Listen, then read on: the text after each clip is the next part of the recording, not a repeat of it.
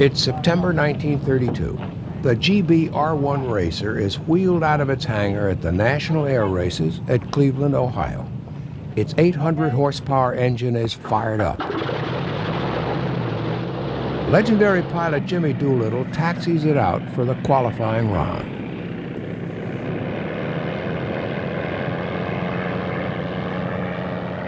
In just a few minutes, Doolittle will have broken the world speed record, but he still has to fly this incredible machine in a race and stay alive.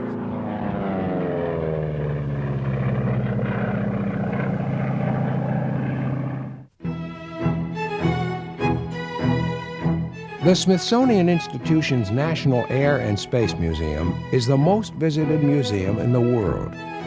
Its collection contains some of the most important aircraft and spacecraft in history. Craft that were designed, built, and flown by men and women who have expanded the frontiers of flight.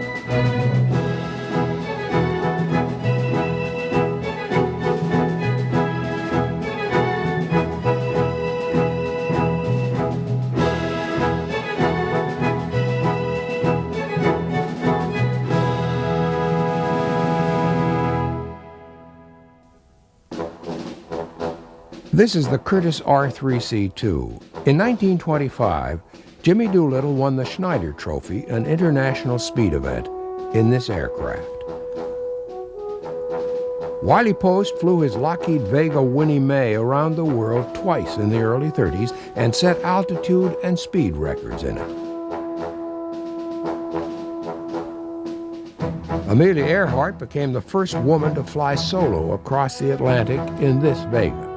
3 months later, she flew the same plane solo across America. This is Buster, an extraordinary little racing plane that started its career in 1932 and competed successfully until 1954. In 1935, Howard Hughes flew his beautiful H-1 to a world speed record, and in 1937 made a record flight across the American continent. In the golden age from the late 20s to the late 30s, enormous advances were made in the speed, altitude, and distance capability of airplanes. Competition for prizes like the Bendix Trophy was intense. This is the story of some of the record-breaking planes of the 20s and 30s and the men and women who flew them.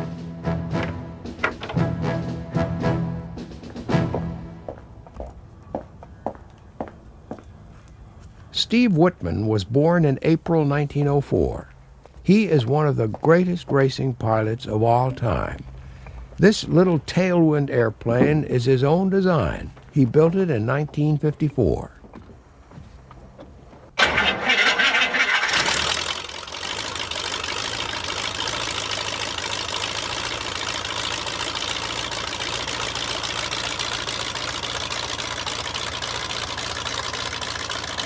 In his late 80s, Steve Whitman demonstrates the skill and courage that took him to the top level of air racing when it was a great national sport in the 1930s.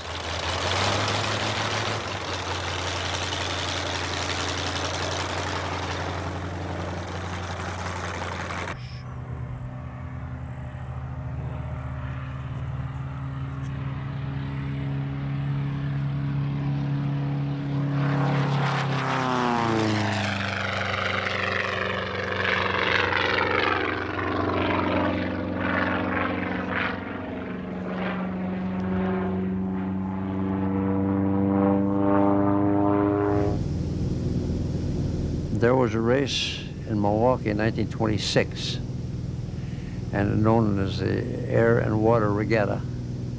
I went in it, and there's only 2 times in my life in racing that I tied for a position. I tied for second in that race, seconds. So we split second and third prize money and called it a tie. Hell, I had to live, and I liked hamburgers, something to eat. And they didn't pay a lot, but in those days, a little was a lot. Steve Whitman's hero was Jimmy Doolittle. Whitman saw him in the 1920s testing a Curtiss twisted slab propeller. The engineers were afraid the propeller would break at the hub in a dive. So he was assigned to take it on up and dive it straight down because somebody, well, wide open, and see whether it would stay together, and it didn't. And when it went, it also took the terrific vibration, took the wings, and so he was up there riding a fuselage down at about terminal velocity. And so he had to get out. And next day he was flying again, and I thought, boy, what a man. In 1925, the U.S. Army and Navy each ordered high-speed racing biplanes from the Curtiss Airplane and Motor Company in New York.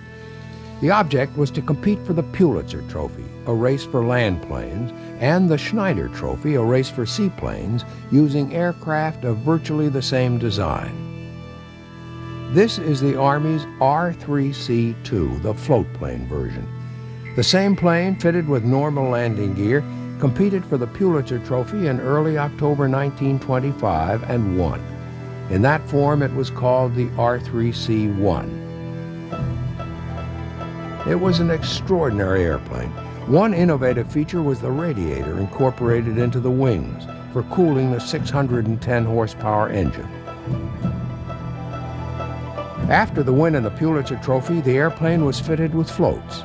Redesignated R-3C2, it was prepared to compete in the Schneider Cup race at Baltimore on October 25th. Its pilot was Lieutenant Jimmy Doolittle. The Schneider Cup had not been held for 2 years. This year, 1925, the U.S. Army faced formidable opposition, most notably from Britain, with a high-performance monoplane called the Supermarine S-4. The little Curtiss racer already had an impressive track record, but it hadn't been tested against international competition. In the Schneider Cup, it would be competing against the British Gloucester Napier and the Italian Macchi flying boats. Unfortunately, the R-3C2's hottest competition, the Supermarine S-4, crashed in practice the day before the race and sank in the Chesapeake Bay. With the S-4 out of the way, there was no doubt about the outcome of the race. The R-3C2 won at an average speed of 232.5 miles an hour. Then, for good measure, Doolittle set a world speed record for seaplanes of better than 245 miles an hour. America was in love with air racing. It was the golden age. Of course, the big race was the National Air Race. The Henderson brothers put on quite a show. And it was a well-run, tight ship, as they say. I look back on it now, and I have to say that great credit should be given to one man in particular, old Cliff Henderson, for his love and belief in aviation and the importance of aviation to the military and aviation in general. And he kept that thing alive and pulled in the Thompson people and the Bendix and others to put up the money for these races and to encourage pilots and people that had money to build these racing planes, which they did. The first Thompson Trophy race was won by Speed Holman in Chicago in 1930. It was sponsored by Charles E. Thompson of the Cleveland company Thompson Products Incorporated and was sanctioned by the National Aeronautic Association to encourage the development of faster land-based aircraft. In 1930, the total prize money was $10,000. By 1938, it had reached $45,000, with almost half that amount and the trophy going to the winner. In 1931, another major trophy event was added to air racing. It was sponsored by the Bendix Aviation Corporation and was described as a free-for-all transcontinental speed dash from Los Angeles, California to Cleveland, Ohio. Although not quite as rich as the Thompson, it was still worth winning. The races for the Bendix and Thompson trophies became the focus of American air racing throughout the 1930s. They attracted a colorful group of competitors, among them Roscoe Turner and the lion he named after one of his sponsors, Gilmore. But some of the greatest records of the 1930s weren't set in air races. This is the Lockheed Vega Winnie Mae. In 1930, it won the forerunner of the Bendix Trophy race from Los Angeles to Chicago. It was owned by F.C. Hall and named after his daughter. Hall hired a one-eyed pilot, Wiley Post, to fly for him. Its fame was really established in June 1931, when Post took off from New York to fly around the world in record time. He made it with 14 stops in 8 days, 15 hours, and 51 minutes. In recognition of the achievement, F.C. Hall presented the Winnie Mae to Post as a gift. On that trip, Post was accompanied by his navigator, Australian Harold Gatty.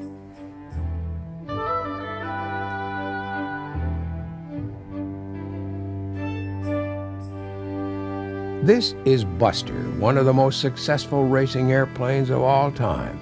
It hangs in the Air and Space Museum, looking the way it did when it retired from competition in 1954. But in its original form, it was a product of the golden age of air racing, the work of designer and racing pilot Steve Whitman. I went to Oshkosh in 31, March of 31. And in April, I started building first racing airplane. And in end of August, I was at Cleveland racing it. Its original name was Chief Oshkosh, and back in 1931, it looked very different. Steve Whitman had firm ideas about the design of racing airplanes.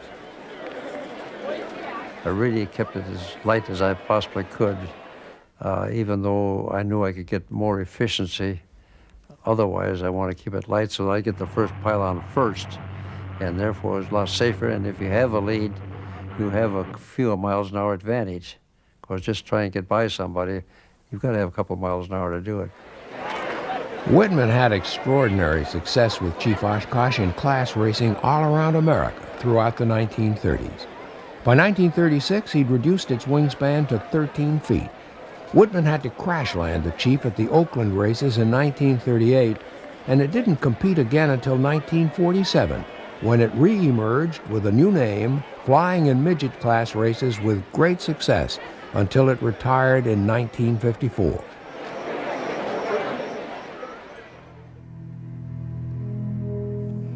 This is a Lockheed Vega 5B, manufactured in December 1928 at the Lockheed Burbank plant in California.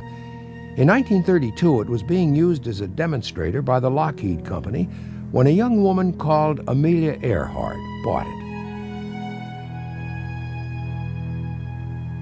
Even before Wiley Post's round-the-world flight in 1931, the Lockheed Vega had a reputation as a strong and efficient airplane.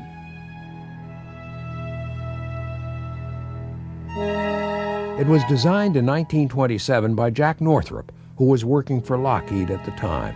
Northrop was obsessed with the idea of efficient airplanes. He gave the Vega a strong, streamlined, tapered fuselage and a cantilever wing without need for struts or wires. Already in 1928, Amelia Earhart had flown the Atlantic, but as a passenger rather than a pilot. She was determined to make the journey again, but this time at the controls of her own airplane. She was sure the Lockheed Vega was the right choice for her attempt. Amelia flew the Vega east and began preparations for the transatlantic crossing. They would take much longer than she anticipated.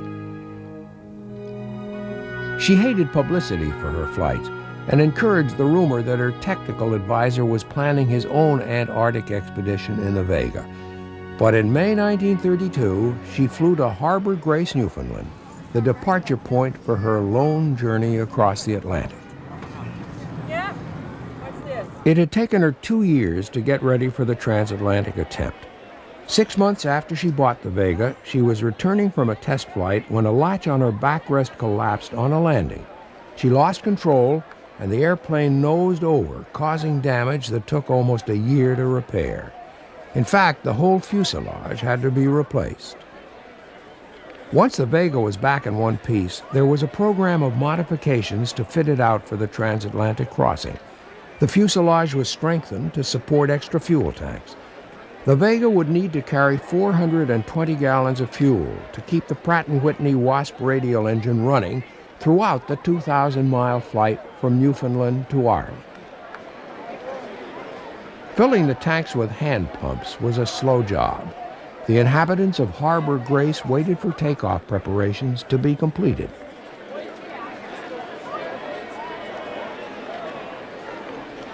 It was May 20th, 1932, 5 years to the day after Charles Lindbergh's flight to Paris.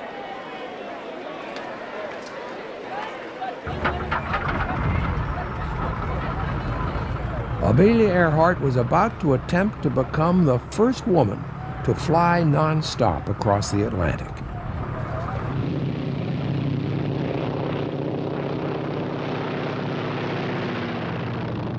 Immediately, the North Atlantic weather was a problem. At one point, the Vega's wings iced up, and Amelia struggled to pull it out of a long descent that at first she couldn't control.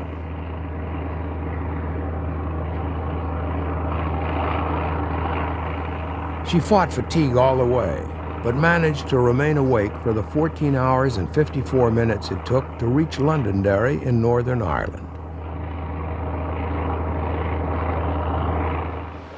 Amelia Earhart landed her Vega in a field near the village of Comore, much to the delight of the locals, who seemed to be more interested in the camera than the Vega or its celebrated pilot.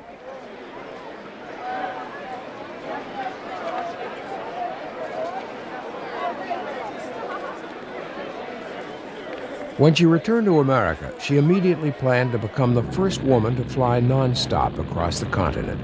She succeeded just 3 months after her transatlantic flight.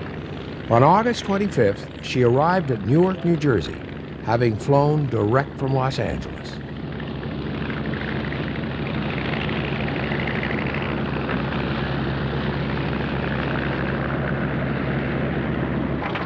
In spite of her distaste for publicity, Amelia was subjected to the obligatory post-flight interview.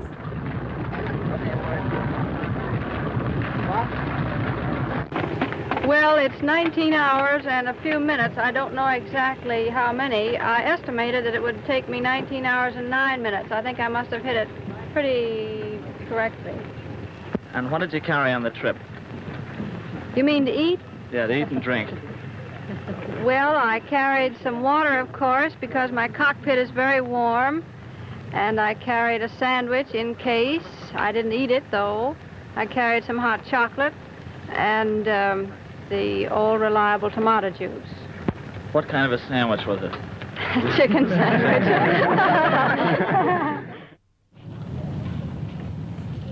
Just over a week after Amelia Earhart arrived in New Jersey, a brand new Granville GB R1 racer was rolled out of a hangar at the Cleveland Air Races for the qualifying runs of the Thompson Trophy. Attempting to control the 800 horsepower monster around the Thompson course would be Jimmy Doolittle, whose own Laird Super Solution biplane was out of action with landing gear problems. The high speed is expected to be in the vicinity of 300 miles an hour. The landing speed about 90. In spite of the high speed range and the high speed of the plane, it handles very well in the air and on the ground. The barographs have been installed, and in the next few minutes we expect to make an attempt on the world speed record. There was a bonus prize of $1,575 for the fastest Thompson qualifier. Doolittle didn't disappoint the big Cleveland crowd.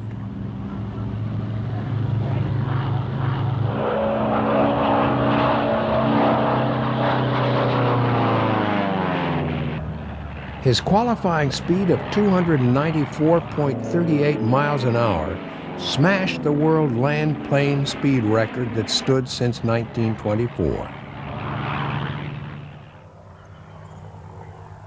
There was another GB entered in the Thompson Trophy race in 1932. It was the GB R2, almost identical with the R1 in appearance, but fitted with a Pratt & Whitney Wasp Jr., delivering about 250 horsepower less than the R1's 800.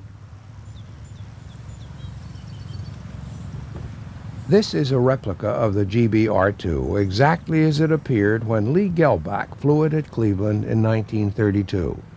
The replica, built by Delmar Benjamin of Wyoming, flew for the first time in late 1991, just under 60 years later. The big GBs made their racing debut in 1931, and from the beginning, their performance was startling.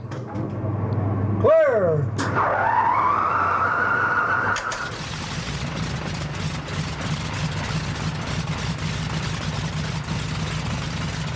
Lowell Bales won the 1931 Thompson Trophy in a GB Model Z, but was killed when it crashed while he was trying to set a new land plane speed record.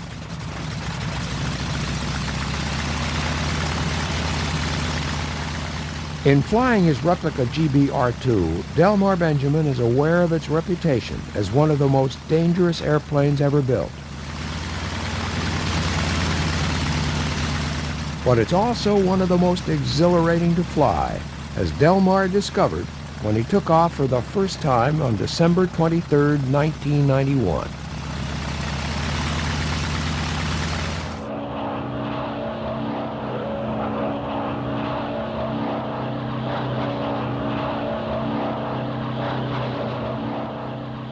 On that first flight, Delmar established that in spite of its ungainly appearance, the GB will do surprising things.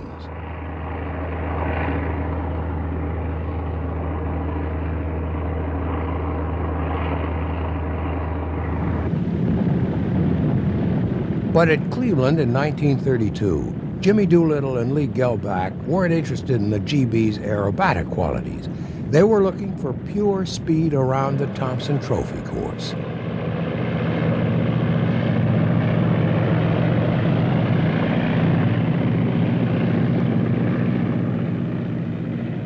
The planes were sent off at 10-second intervals, and there was never any doubt about the outcome. Doolittle in the GBR-1 lapped everybody in the field except Jimmy Waddell.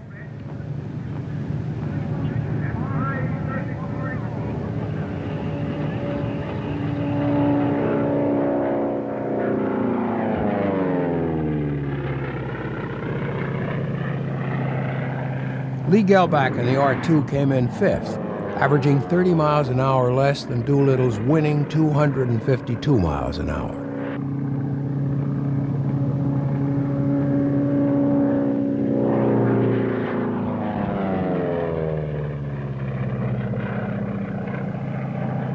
Doolittle marked his victory with a low pass at full throttle across the finish line.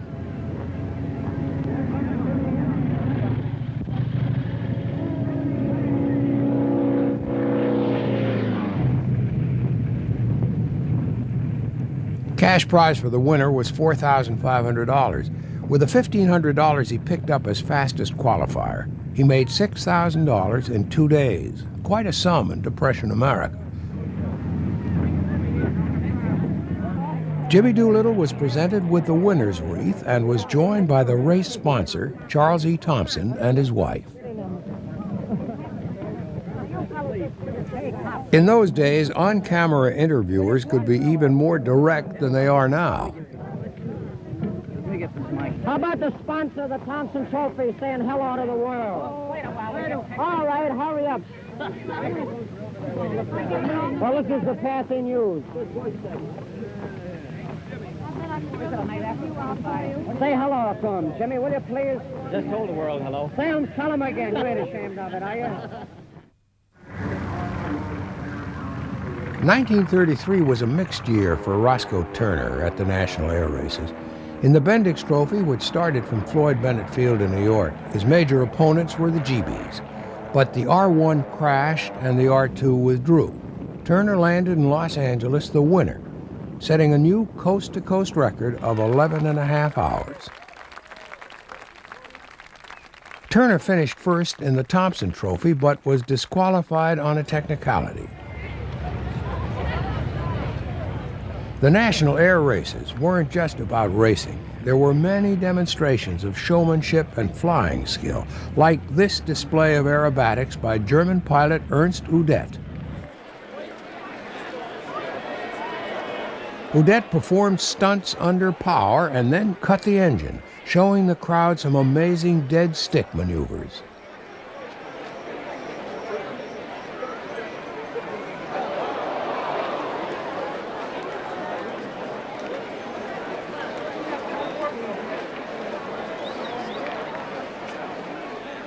He finished the routine with a neat side slip and a precision dead stick landing.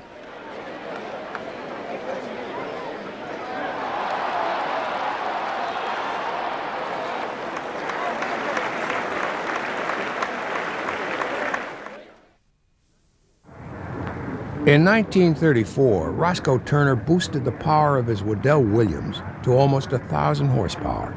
He had to withdraw from the Bendix Trophy because of a fuel leak, but broke the transcontinental record anyway.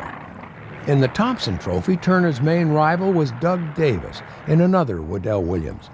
Davis was leading when he crashed and was killed.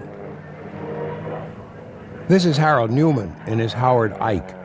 After Davis's accident, there was no one left in the race who could challenge Roscoe Turner.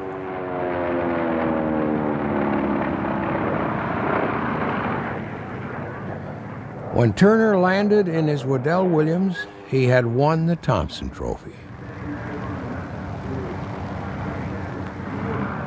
The loss of Davis's life was felt by all the competitors, and when Turner accepted the Thompson Trophy, there was no trace of his normal big smile and showmanship. It's a pleasure, not for the fact of just winning the trophy, but the fact that we're making progress in the science of aviation. Because there's only one reason for an airplane, and that is speed.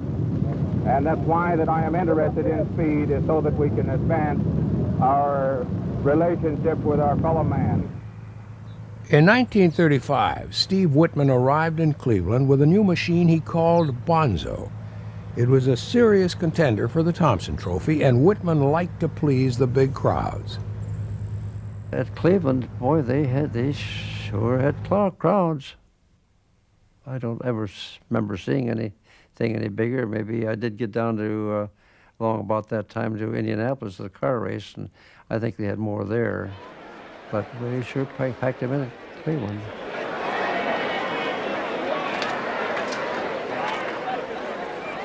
The big Cleveland crowds flocked in to see spectacular high-tech machinery operating at its limit and to watch the flamboyant and competitive racing pilots. It was amazing that Steve Whitman was a pilot at all. He came from a family that he described as being as poor as church mice, and as a young man believed that bad vision in one eye would prevent him flying. But by the middle 30s, he was an established member of an elite group of sporting heroes. Yeah, we were it. Yeah. And of course, it was something so novel at that time. Just to fly was pretty much of a novelty, and to be racing anyway, it was really quite something. I think they were comparable, maybe not exactly the same as the real top sport heroes, but very close, because it was headline news when Jimmy Doolittle was set a new speed record, or the Bendix and the Thompson races were reported just on the front page, not on the back ring. They were major news stories.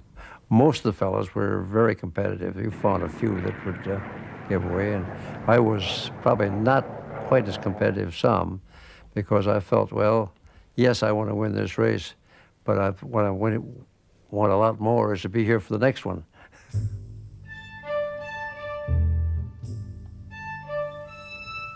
In the years between 1931 and 1935, Wiley Post continued to fly Winnie Mae to new distance and altitude records. In 1933, he made a solo flight around the world, faster than his 1931 flight. Then he modified Winnie Mae to attempt flights at extreme altitudes.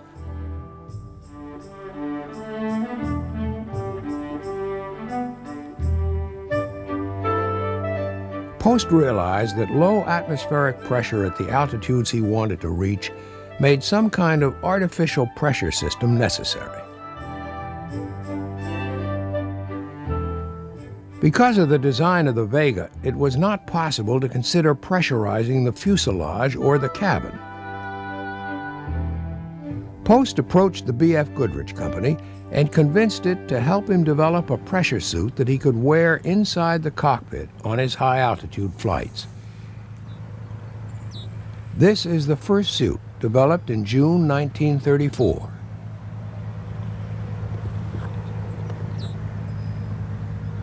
Later versions were more refined. The third model had 3 layers with long underwear close to the skin, a black rubber air pressure bladder, and an outer contoured layer of cloth. The pressure helmet was bolted onto the suit. Post could seal a removable faceplate when he reached an altitude of 17,000 feet.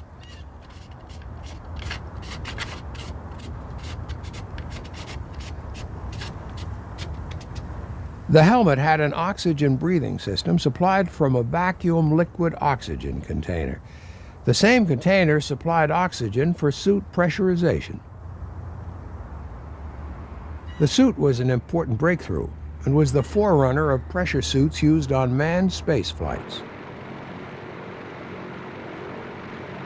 The Winnie Mae was modified to operate efficiently at altitudes up to 50,000 feet. The 500 horsepower Pratt & Whitney Wasp engine was fitted with a supercharger.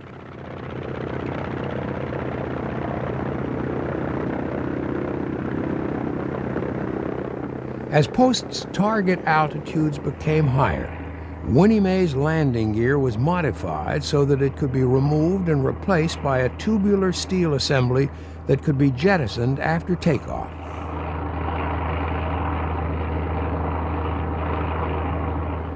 This eliminated the weight and drag of the fixed landing gear. The belly of the Winnie Mae was fitted with a reinforced landing skid. On one of these flights, Post ran into unexpected problems. Shortly after takeoff, his engine began to spew oil. And somebody had sabotaged the supercharger on the airplane. They'd poured some emery dust in there. He knew he had to get down in a hurry. He was aware of the existence of the lake bed. And fortunately, just after dawn, he was able to bring it in for a dead stick landing. Perfect landing, in fact. So silent that Charlie Anderson, who ran the Muroc General Store, didn't even hear the landing. And Wiley Post was wearing this early pressure suit, which looked like a diver's suit. And he got out of the airplane and he walked over across the lake bed to Charlie Anderson, tapped him on the shoulder, and Charlie Anderson nearly fell dead, fainted. Thought he'd seen a creature from space. Wiley Post, although his 2 round-the-world flights got him the name and the publicity, and they were important in a sense, the high-altitude work he did was much more important. He really pioneered stratospheric flight up around 35,000 feet with supercharged engine and pressure suits, and he set some very, very fast records from coast to coast. In March 1935, Post flew 2,000 miles from Burbank, California to Cleveland, Ohio in 7 hours and 19 minutes. For part of that flight, he reached a ground speed of 340 miles an hour, way beyond the top speed of the Vega. He was flying in the jet stream.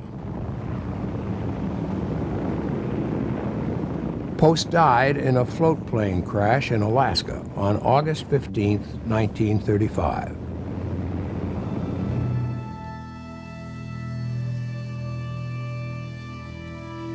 This is the Hughes H-1 Racer, designed by Howard Hughes to be the fastest land plane in the world. Its Pratt & Whitney twin Wasp Jr. engine could deliver up to 1,000 horsepower. The H-1's clean design evolved through wind tunnel testing at the California Institute of Technology. The H-1 was quite different from the Thompson and Bendix trophy race planes of the day. Its finish and attention to detail made many of the race planes look crude by comparison. Hughes began his record-breaking attempts in the H-1 in 1935, but Steve Whitman heard him striving for higher speed well before the H-1 was built. I heard a guy going around the course, just really tearing up the sky. Just, where the tip speeds get up there, where they yowl away, they really make a racket, and his was. And anyway, that happened 2 or 3 times. And finally I says, who the hell is that out there? Well, that's Howard Hughes. Hughes attended air races and examined the designs of the early 30s race planes closely, but he never competed in a Thompson or Bendix trophy race. He was wealthy enough not to require sponsorship and decided that his path in the golden age of record-setting in aviation was best walked alone. Well, I think he wanted to set some world records, and I figured that was probably the best chance he had. And I suppose he was like I was. He wanted to also develop something. And he was, of course, interested in, really the thing that I was is, but he had the finance to do it, is to get something that would go fast for transportation. The Hughes H-1 set a world speed record of 352 miles an hour in 1935. In 1937, it flew across the American continent in 7.5 hours. It was a highly successful and influential airplane, but some stories about its influence are myths. They tell me the Japanese probably copied Howard Hughes's racer that he built back in 1935, and it certainly does look a little like the Zero. But he should have gotten into these races, but he never did, and I don't know really why. His racer would have probably cleaned us all. In 1935, an extraordinary airplane created a great upset at the National Air Races in Cleveland. It didn't even look like a race plane, but looks can deceive. It was called Mr. Mulligan. It won the Bendix Trophy race from Los Angeles to Cleveland and then took off in the Thompson Trophy to challenge Roscoe Turner. It was a classic wolf in sheep's clothing, a comfortable four-place cabin plane with much less power than most of its competitors, and yet it qualified second fastest. On the last lap of the trophy race, Roscoe Turner's Waddell Williams was leading when his supercharger fell apart. Turner, blinded by oil, made an emergency landing, and Mr. Mulligan, piloted by Harold Newman, took the opportunity to go through and win.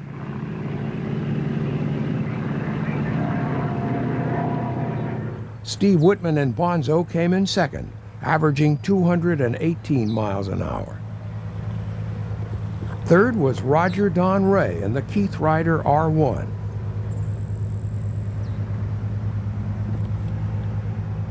In 1936, the world was changing. Within 5 years, developments from American air racing would be tested in battle.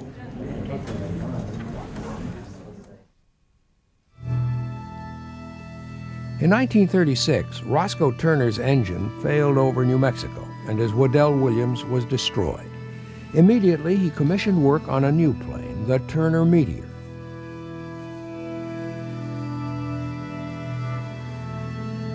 His strategy was simple.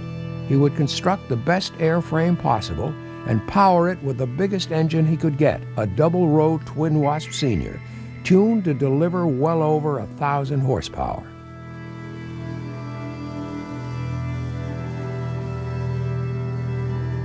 It was typical of Roscoe Turner's approach. He knew the importance of showmanship and flair, and his opponents respected him for it. Well, of course, you got Roscoe, and he was a showman, but that's how he could promote airplanes and engines for himself. See?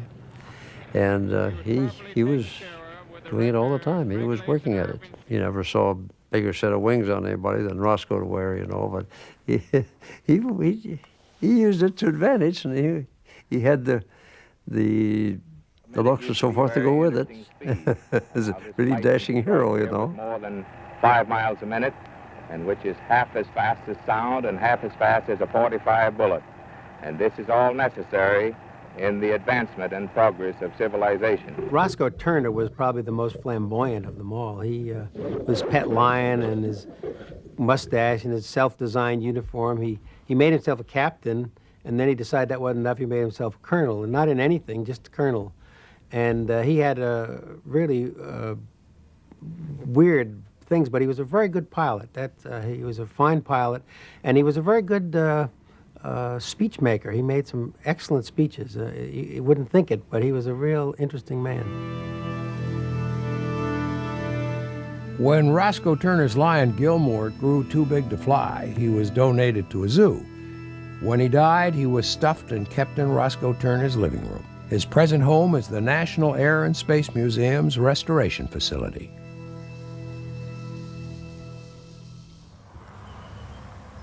Throughout the 1930s, one of the most successful designers of race planes was Keith Ryder. This is the Ryder R6 8-ball, which made its debut at the 1938 National Air Races. Another Ryder design, the R4, was raced by Bill Schoenfeld as the Firecracker. Bill Schoenfeld was quite wealthy. He was one of the few guys that had money. And he bought a new engine for this Firecracker and had a lot of special things done to the engine and the airplane. In 1938, Bill Schoenfeld offered Tony LeVere the job of flying the Firecracker. It was just the chance LeVere had been waiting for. This thing, you won't believe, I'd never dreamed of flying anything like it. This was a super airplane. Power, you won't believe it. It had 550 horsepower in this small airplane, no bigger than these little dinky ones you see today. And they tell me I was off the ground in about 4 or 5 seconds. And my God, it climbed like a homesick angel. At about a 260 indicated and still climbing, it got so windy and the turbulence in the cockpit, I just couldn't hardly stand it. And the wing was heavy anyway. One wing was heavy. It wanted to roll quite sharply one way, and I didn't think that would be smart to fly it too much out of trim. And I came down and landed, and gosh, it was easy to land. Steve Whitman's Bonzo had undergone quite a few changes since its second place in the 1935 Thompson Trophy. The wingspan had been shortened, and the horsepower in his old Curtiss D12 engine boosted by about 10%. He continued to get amazing results from an airplane and engine combination that had no right to be competitive. Favored for the 1938 Thompson Trophy was Roscoe Turner in the Meteor. Steve Whitman was there with Bonzo, but Tony LeVere damaged the Schoenfeld Firecracker on landing after winning the Grieve Race, a lead-up event. Roscoe Turner's main opposition was Earl Ortman in the Marku Bomberg Special, another Keith Ryder design. Archester failed to finish in the Goon.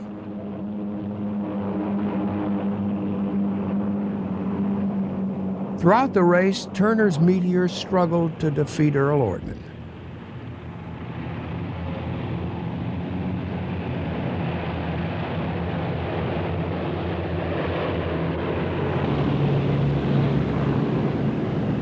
The Marku Bomberg Special was very competitive, but it ran out of oil on the 13th lap, leaving the way clear for Roscoe Turner to win his second Thompson Trophy. Steve Whitman and Bonzo came in third, and the following year, when Turner won for the third time, he managed fifth place. Whitman was convinced of the value of air racing in the 30s. We actually were the fastest thing going. We were faster than the military, or faster than anything else. And to me, that was quite an accomplishment. Quite to be amongst that group. It was bringing the speed of aviation up to, well, bringing it up a notch. Now, in the last race there in 1939, there were a couple of military airplanes in there. And my little racer was faster than those. The fastest military airplanes we had in this country was slower than my airplane. They were there. I went by them like they were tied to a post. And the things that we did, building these airplanes, encouraged other people to get involved in aviation. I know that happened. And I know the military must have gotten ideas, tricycle landing gears and retractable landing gears and high horsepower. We all had it. Well, I think it really had a lot to do with the performance of the aircraft in World War II. Jimmy Doolittle, pushed for the higher octane fuel, which would develop more for racing, and then it turned out that by using that fuel, our airplanes, the Allied airplanes, had quite a performance edge over the others, the enemy airplanes, especially early in the war. And all that horsepower, the Merlin engine was developed as a result of racing engines, and all that had quite an impact on aviation development. And it really turned the whole world on to aviation, I think, a lot more than it would have otherwise.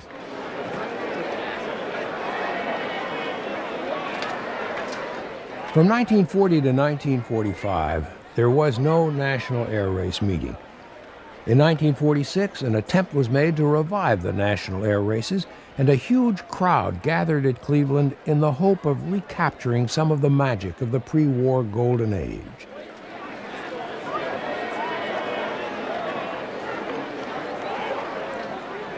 Many pre-war fans were there, a few years older and changed by the experience of war. High-standard aerobatics and flying displays excited the crowd, but somehow it was not the same.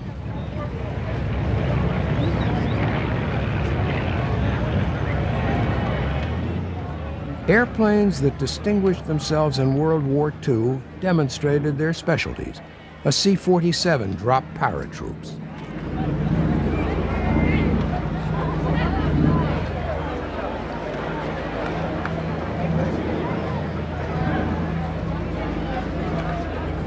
The major event of the national air races had always been the Thompson Trophy, and one familiar name was back to compete. Tony LeVere, now a test pilot with Lockheed, was flying not the Firecracker, but a red P-38 fighter.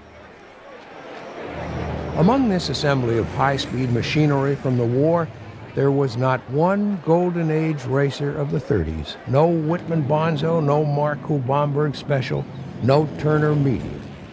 The Thompson Trophy was contested exclusively by World War II fighters. Jackie Cochran watched Tex Johnston win in a highly modified Bell P-39 Airacobra.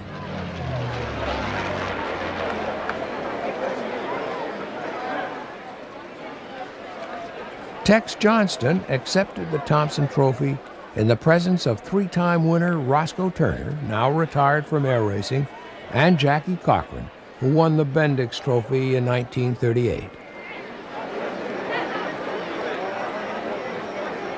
It was an exciting meet, but in the years since 1939, one major change had occurred that made it impossible to revive air racing in its pre-war form. In 1939, the fastest airplanes in America were still the one-off, privately produced racing specials. Military airplanes had not been able to match their performance. Now, after 6 years of development accelerated by war, military airplanes had exhausted the speed potential of propellers. The jet engine had taken over, pushing on to new levels of speed undreamed of by the Golden Age racing pilots.